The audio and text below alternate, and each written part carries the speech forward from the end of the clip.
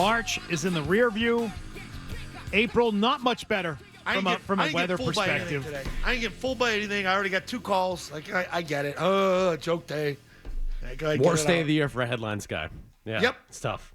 Tough out there. Well, I can tell you that this month is in New England. The one that just kind of breaks your soul it's the a one little that sucks. bit, right? You get fooled. You get lulled into thinking, oh, good, we're through March. Spring is really about to kick in. No.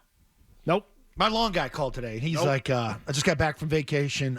You want to start tomorrow or the day after? I said, look at the weather, Chief. It's kind of nasty tomorrow. It's going to pour all day Thursday. Friday's a really nice day. Yeah. Mm-hmm. I think it breaks over the weekend. And then I proceeded to look up the weather map here. And I look at it. Here we go again. 45, 62, 65. And then we drop down to 45. 45, 50, 45, 45.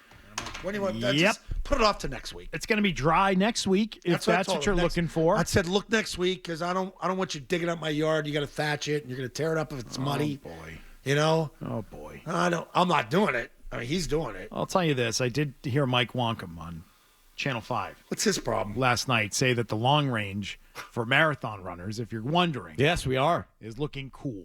That's what we need. That the long range forecast for the month is staying cool. Good. I'll be out of here. Irish kid from Worcester, we need like 45 and cloudy. Yeah. No, the people watching the marathon would appreciate 75, 80. No.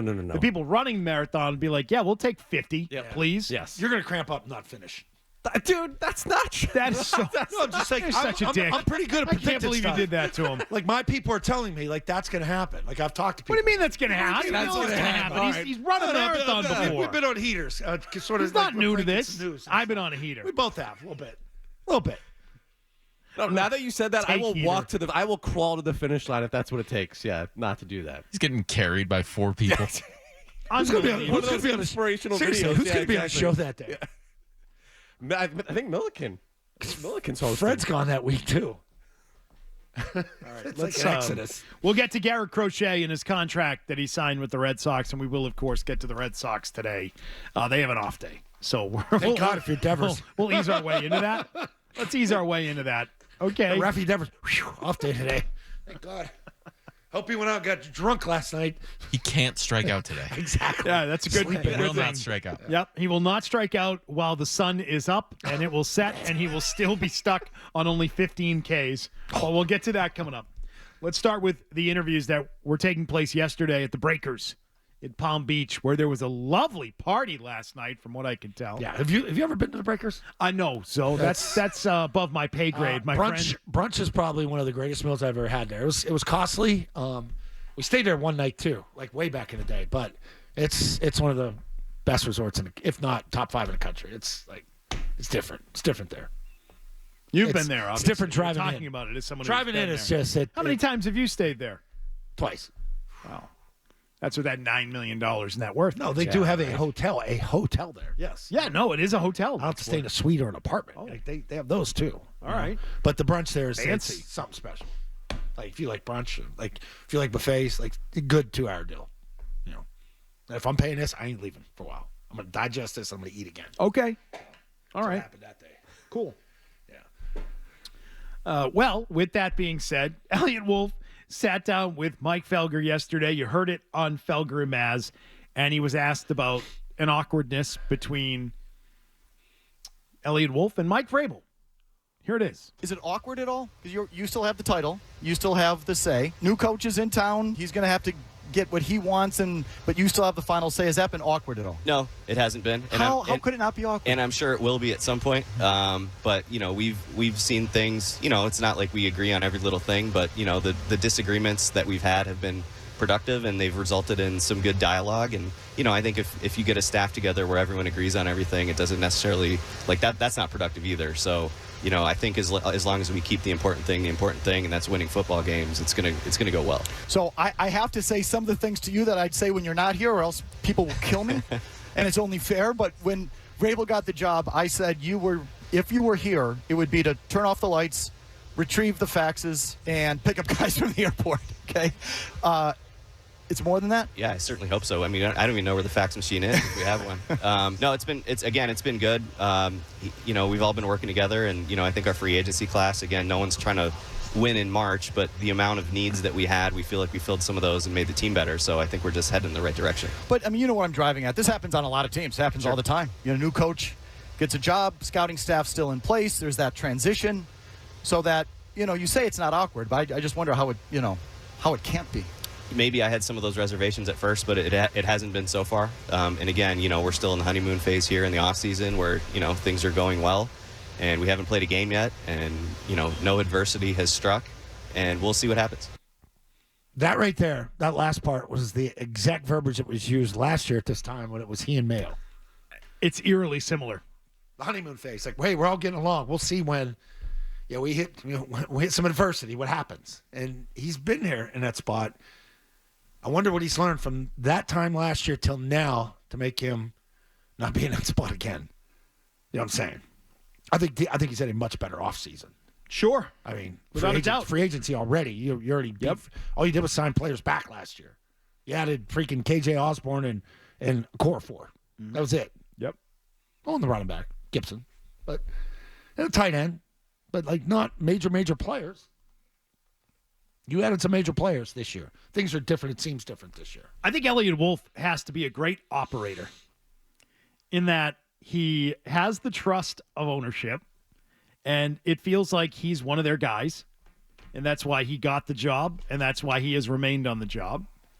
And he's been excellent at burying the coaching staff that is no longer here, which we'll get to more of, by the way. End of the season, after not speaking for an entire season, while the thing was going up in flames, all of a sudden Eliot Wolf appears in a story with Henry McKenna telling him about how the coaches aren't developing the players that he drafted. And so to this point, he's done an excellent job of, as he put it, getting along with two different head coaches over the last 2 years. He told us many of these same things a year ago as it related to Mayo. And here he is a year later, still on the job, still employed, still with the title, and working with a brand new head coach and saying everything is great. There's been no adversity yet. If that's true, that to me is almost problematic. There should be arguments. He's already told you there were debates. He didn't say that last year. That should be a thing. They were in lockstep with each other last year. He already told you we've had some disagreements. We have. That's led to some really good discussions. He said that you need that. You do. And so my next point would be maybe he's just lying down and doing whatever it is Mike Vrabel at the end of the day wants. He puts up whatever fight he puts up, but knows not to go too far because it's beneficial to him to stay on the job. Yeah, it doesn't feel like fired. They're light years in better shape than they were a year ago. Like that's the way it feels to me. That's like just the direction of it. It feels like Mike's in command. Yeah, it's because of Mike Vrabel. Mike Vrabel runs the show. Mike is in command of the whole thing. So that's what I would also ask. Okay, if there have been disagreements, how many have you won? How many of the disagreements have you won versus Mike Vrabel? And how many times will those disagreements need to happen before Mike Vrabel says, you know what? I don't want to have disagreements anymore because they all end up with me making the final call here. So what's the point of this? Just to have a pushback guy to disagree and, force me to defend my stance on a particular player or roster decision or anything like that, right? Yeah. I wonder. But so far, no awkwardness. Everything's great. Everything's cool.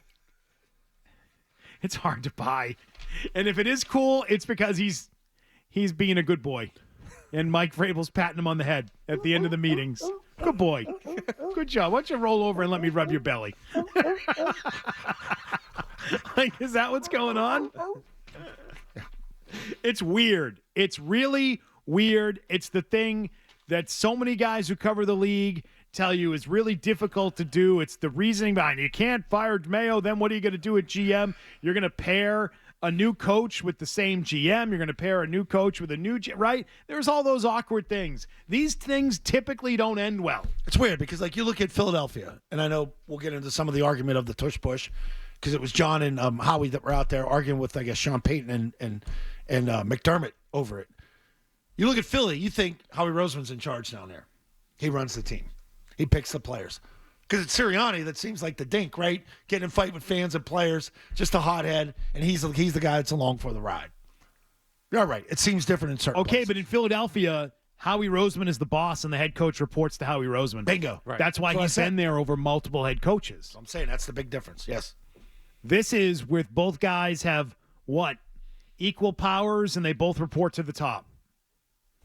And they're just running parallel to each other, but they have to work together. That's going to get awkward.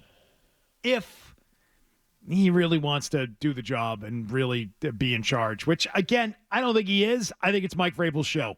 That's what I think is going on. But Eliot Wolf is not done criticizing. He's not, because he's still talking about that player development or lack thereof last year. Talking about it with Felger yesterday. I don't know how it isn't a shot at the coaches. If the players weren't developed, who are you blaming for that? The players? Who do you blame? Remember when Joe Judge was coaching receivers?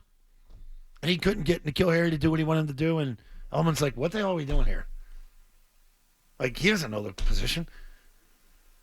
Maybe that Tyler Cowles, or whatever the hell his name was, just is terrible at coaching receivers. Like, I do put some of it on the coaches.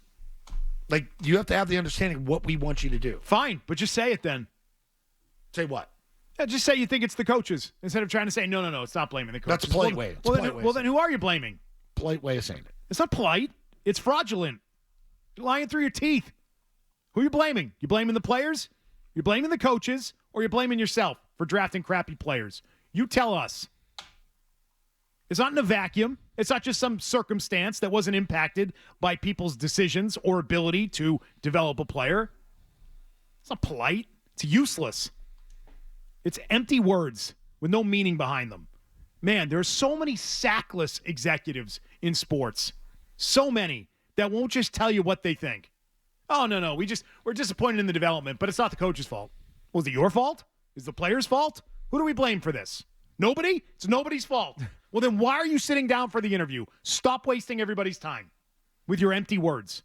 Seriously, tell Felger no yesterday. Say no, thank you. I'm going to continue to be a hermit like I was last season. Seriously, what are we doing? Am I wrong to be annoyed by this?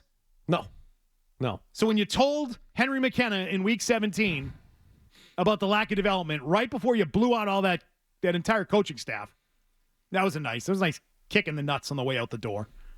It wasn't their fault? Whose fault is it? Tell me who it is. Coaches. Okay, so it's the coach's fault that Jalen Polk didn't have a good year. Yeah, I mean, it's the coach's fault that Javon Baker didn't have a good year. And how convenient that is that those guys don't work here anymore. How convenient. But he won't even tell you that. He won't even throw the guys under the bus when asked directly. Thank you, Felger. Good question. I thought it was Good interesting. job, Mike. To me, in that answer, though, he's throwing the year 2 players under the bus. That was key. I thought he was talking about Keon White, Mapu, because he Sidney talked about Sow, the second-year guys, second-year too. jump, not making that leap for those players. So whether you throw Pop Douglas in there, too, thinking that he was going to be more impactful on the offensive side of the ball, or Kayshon Boutte, but that those year are 2 your three draft best. class. It's Pop, it's Keon, and it's Mapu. And Mapu played better towards the end of the year, but it took forever. Keon White came out, shot like a gun at the beginning of the year, and then fell off. Yeah. So it's, did he use the wrong scheme? Like, I don't know what they're thinking of. How did Christian Gonzalez develop? He's pretty freaking good. Oh, he missed the whole rookie year. Right. He missed he's the whole just rookie good. That's just a player being good. Right, exactly. Nobody developed him. He just is good. So he had a good coach, Pellegrino. A lot of people got after Pellegrino, but being around it, like, that guy knew what he was doing. and nobody would debate whether Corners, or not, all the corners play well. whether or not Christian Gonzalez is a good pick. Nobody's even debating it, right? No. So I get it. When they're good, they made a good pick. When they're bad, it's because of the coaches. Got it. He's just pretty freaking good. Nobody developed him. Nobody coached him. Needs no coaching. I guess he didn't take a second-year jump. And good, and good for the Pats, nailing first-round picks 2 years in a row.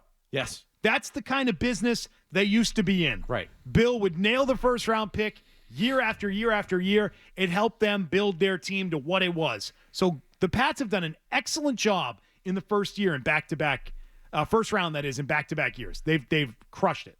Absolutely crushed it. They've done a great job there. But Marte Mapu, It's coaching. No development there. Yeah. I got it. Chad Ryland. He didn't make it to year 2. My bad. Yeah. He was what? Like in the top 100? Just outside of that? Pick 112. Thank you. Need a better special teams coach. Keon White was a high pick. Bad pick. Keon White. Keon White was a good pick. I think he could play. Lack of development, though. Hey, if you like that clip, check out more videos from Zolak and Bertrand right here. For more Patriots analysis and opinion, hit this playlist. And for all the latest from the Sports Hub, download the app at 985thesportshub.com.